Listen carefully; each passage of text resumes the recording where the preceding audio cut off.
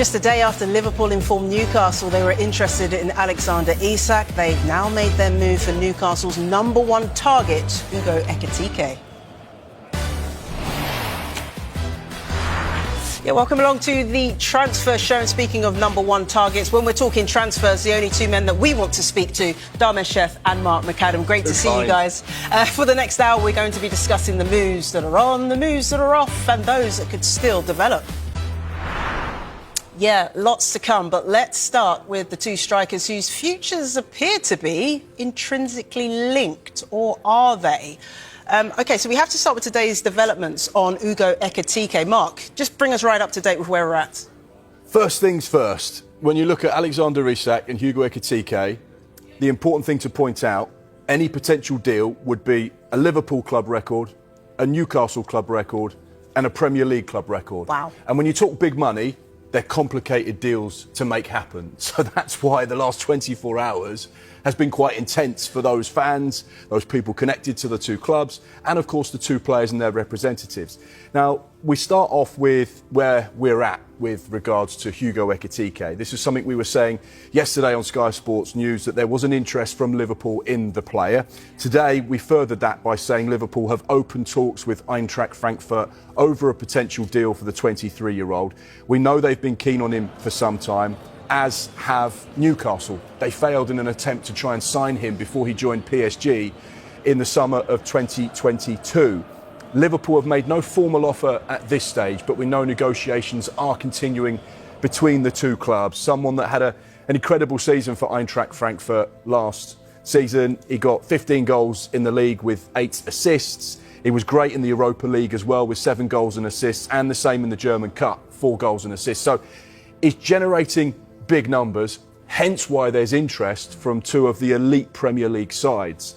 The backdrop to this is on Tuesday, Newcastle put their first bid in for EKETIKE. That also happened to be around the time that Liverpool made an inquiry to Newcastle. Alexander Isak, is he potentially for sale? And Newcastle made it very clear, Isak not for sale under any circumstances. And then Liverpool said, OK, thank you very much. We're going to move on to another target, which, by the way, happens to be someone that you're very interested in, EKETIKE. Brilliant. I feel like it's rare that we see football transfer strategy so played out, just so clearly in the public like this, Dams. But it seems like Liverpool are in the stronger position of the two clubs here. Is that right? How would you see it?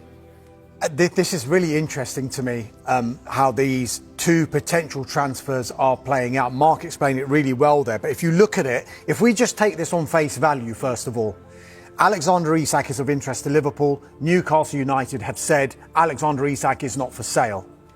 EKETIKE is a player that Liverpool and Newcastle United are both interested in. So on face value, fine. That's the story. We don't need to worry about Isak anymore because he's not for sale. So clearly that story's gone. Every player's for sale, aren't they? But we do know that when a club is interested in a player, now we do this every single time during a transfer window, then somewhere along the line, there must have been some sort of encouragement that is the player open to the move?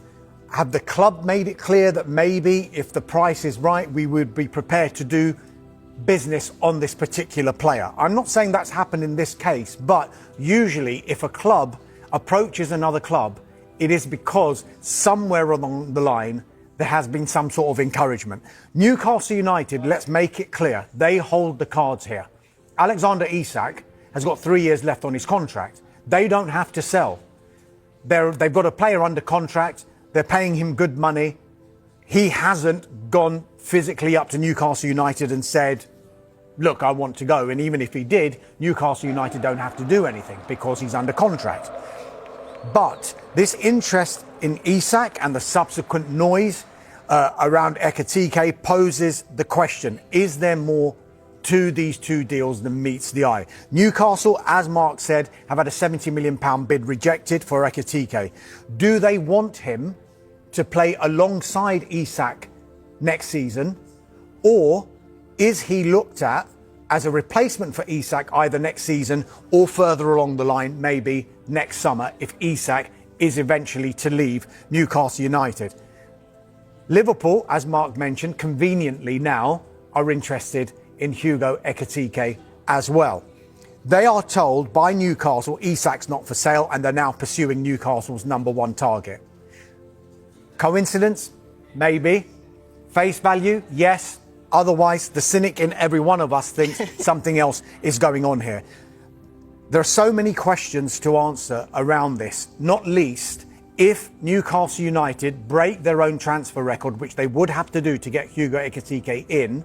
Is that the end of their possible spending during this transfer window? Because we've been told throughout this summer's window they're after a goalkeeper and they're after a central defender. If they bring in Hugo Ekitike, can they bring in those two players? Possibly not. But could they bring in those two players if they were to make a sale in this transfer window?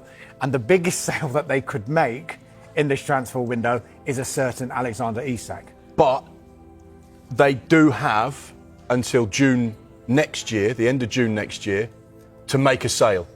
So therefore, they could do what a lot of clubs do, is they say, right, let's get the player in now, but we know within the next 11 and a bit months, we're going to have to make a sale to meet our PSR requirements. So therefore, you get the player in and we'll worry about generating some money down the line. And that's what they possibly could think. So a lot of Newcastle fans will say, well, I'm a bit concerned we're going to put all our financial eggs in one basket. Where does that leave us? Like Dharmesh says, we wanted a goalkeeper. We've been linked with James Trafford. They've attempted to try and get a deal over the line there. They also have been linked with centre-backs in the last 12 months. Mark Gay was of interest this time last year. We need to strengthen the squad. We've got a Champions League campaign. Do we want to put ourselves in a vulnerable position where actually we've got two outstanding signings in Hugo Ekitike, should they get a deal done, and Anthony Elanga, but we need strength in other areas?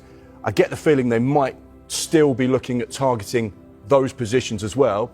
They may just have to tweak what they do financially, but Eddie Howe very much wants to strengthen the squad in those areas as well as the deals that they're looking to do at the moment. The scenarios that Newcastle United are looking at in this transfer window, there's probably a dream scenario. The dream scenario is Hugo Ekitike comes to St James's Park and he plays alongside Alexander Isak next season, and maybe they can generate money in other areas and still go into the market and bring in a goalkeeper and a central defender, because let's be honest, they're fighting on four fronts next season. Generate money, you mean by making sales, or? Potentially by making sales, yes, but not necessarily the biggest sale that everyone is talking about in Isak, because the dream scenario would be Isak and Ekitike playing alongside each other at St James's Park next season. This is a player, as Mark was mentioning, he mentioned it to me off air before, it's not someone that's just come along in this transfer window, Ekitike. They've been tracking Ekitike for quite a while now. For a couple of seasons, haven't they? So it's not something that's just crept up on everybody, that their interest in Ekitike. The mid scenario would probably be Ekitike doesn't come to Newcastle United, but they keep Alexander Isak. If Newcastle fans were given the choice, it's going to be one or the other, they would probably lean towards, would you agree, Alexander Isak staying at the club and not signing Hugo Ekitike.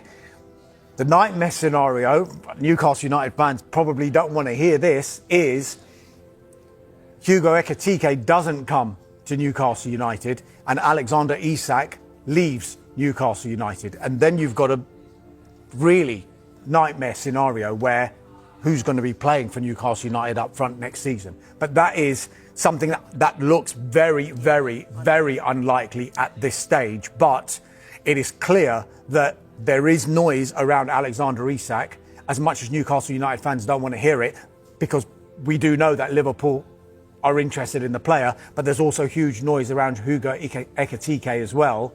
But there are two clubs who are very interested in him. Eintracht Frankfurt have already rejected one bid for him. Is that partly on the say-so of Ekitike and the fee, or has Ekitike kind of made his mind up as well where he wants to go? Yeah, there's about three things that came to mind while you were talking there.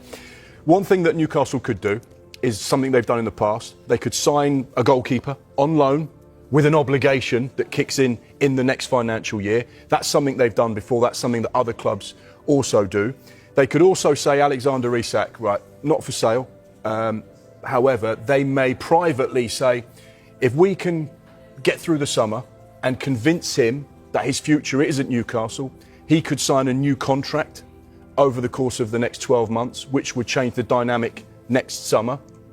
And there was one other point which I was going to say, and I can't remember it because we've been chatting, but there are little things that can shift and change the dynamic of these deals, these relationships with the players, and what might happen. My gut feeling at the moment is that Hugo Ekitike is headed to Liverpool. I feel like the deal for him to go to Newcastle is unlikely at this stage, but things change in football like that. One phone call and suddenly everything shifts. And I think the point I was going to make as well is that we cover every inch of transfers where possible, and at Sky Sports News we try and be as accurate as we possibly can with the information we have with our sources. Sometimes there can be a lot of noise around a certain thing happening, but it doesn't mean it's true. And sometimes agents and clubs can use the media and use social media as a powerful tool for them to generate noise where everyone thinks, this is happening, but actually the club's going, right, while all that noise is over there and you're all looking at that, we're just going to go about our business quietly round the back and get this done. And sometimes that's a big factor in transfers. So whilst everyone's talking about Newcastle and Hugo Ekitike, could Liverpool be saying, OK, no worries, we like that noise because that means we can operate quickly and quietly in the background? I think one person who is in a fantastic position is Alexander Isak. He's got 3 years left on a lucrative contract at Newcastle United. He's going to be playing Champions League football next season with Newcastle United. The champions of England are interested in signing him.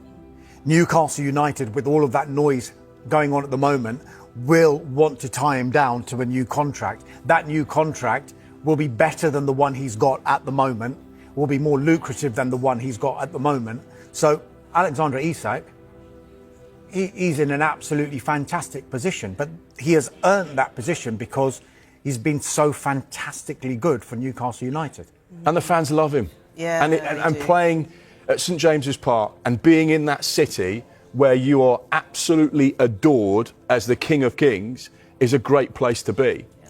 Just to flip side what Dharmesh has said there, because this is quite an open dialogue and we don't really have a script in this part of the show because we're just chatting. But in 12 months' time, the whole landscape of what football clubs are looking for in the market could change. Right? We know that Arsenal are looking for a striker at the moment, close to Victor Gyökeres. We know that Liverpool are in the market for a striker, close to potentially Hugo Ekitike. They've opened talks. You know, this time in 12 months, are Arsenal looking for a striker? Probably not. Are Liverpool looking for a striker? Probably not. Erling Haaland signed a long-term deal at Manchester City. We know that Chelsea have been in the market and got strikers in this window. So where is a likely destination should Alexander Isak be in the market and available this time next year?